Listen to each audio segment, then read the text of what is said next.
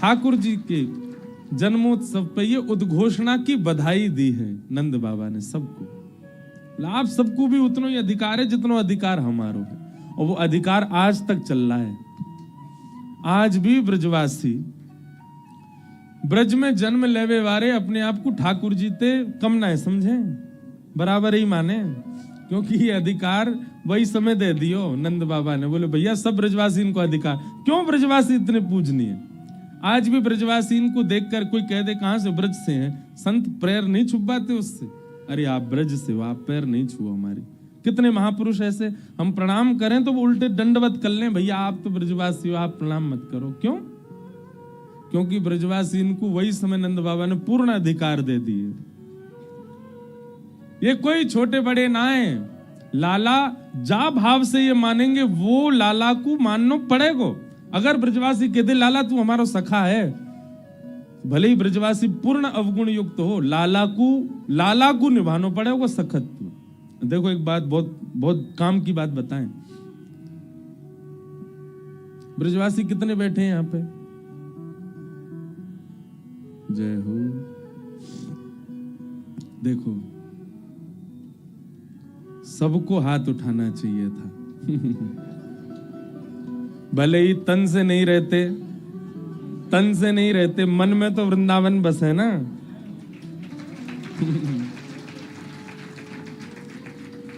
दोबारा पूछें कितने ब्रजवासी बैठे हैं यहाँ? सब बैठे हैं ना। ये बात ये पहले करना चाहिए हो, 10 में से 8 नंबर मिलेंगे अब। क्यों? क्योंकि मन में तो ब्रज बस रहा है ना। एक बात ध्यान रखिए,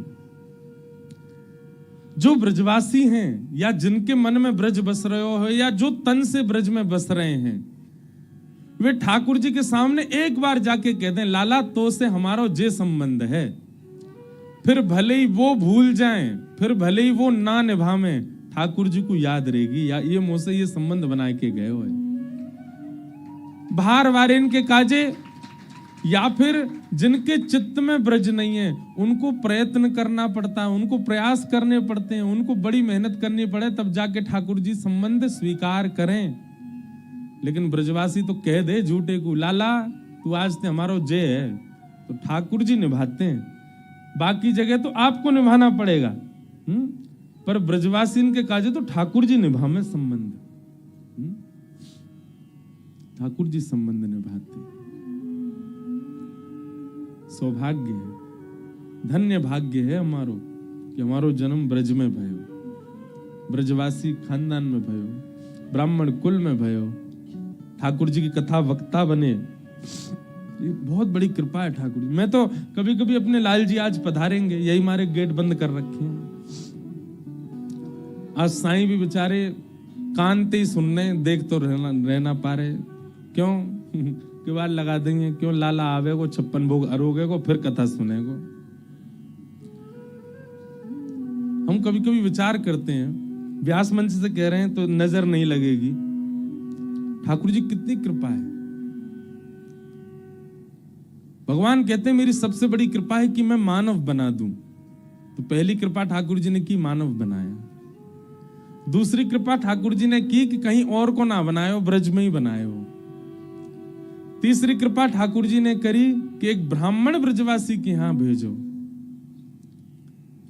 और बड़ी अद्भुत है, हमारे पिताजी जमुनापल्ली पार के, वृंदावन के जमुनापल्ली पार, और हमारी माताजी इतमाऊ की, मतलब जमुना के इस पार की, कोसी। दिल्ली से आते हैं ना, कोसी पड़ता रास्ते में। तो एक छोड़ में पिताजी, एक छोड़ की मैया, 84 कोस के एक छोड़ के माताजी पिताजी। और मेरो जन्म भयो ब्रज में, वृंदावन में। अभी रुक जा, ताली नहीं बजाओ यार, सुन लो। तो पहले तो मानव बने, फिर ब्रज में बने, ब्राह्मण ब्रजवासी के यहां बने। फिर चौथी कृपा ठाकुर जी ने कर दी कि ऐसे परिवार में भेजो कि जहां जन्म से ही कथा सुनने को मिल रही है। हमें हमारे कानन ने जब होश संभालो होगा तब से ही कथा सुनने। पूज्य पिताजी महाराज कथा के में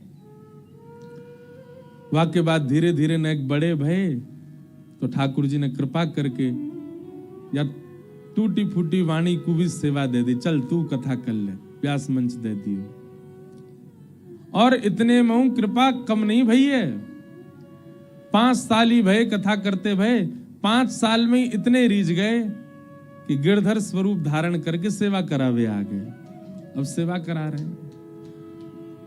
तो कभी कभी मन में भाव आवे कि ठाकुर जी कितने कृपालु, कितने दयालु, कितनी कृपा करें। फिर मन में भाव आवे लाला तो नैका दी करे, जे कृपा तो श्री जी की है रही है, ये तो हमारी श्यामा जी की, हमारी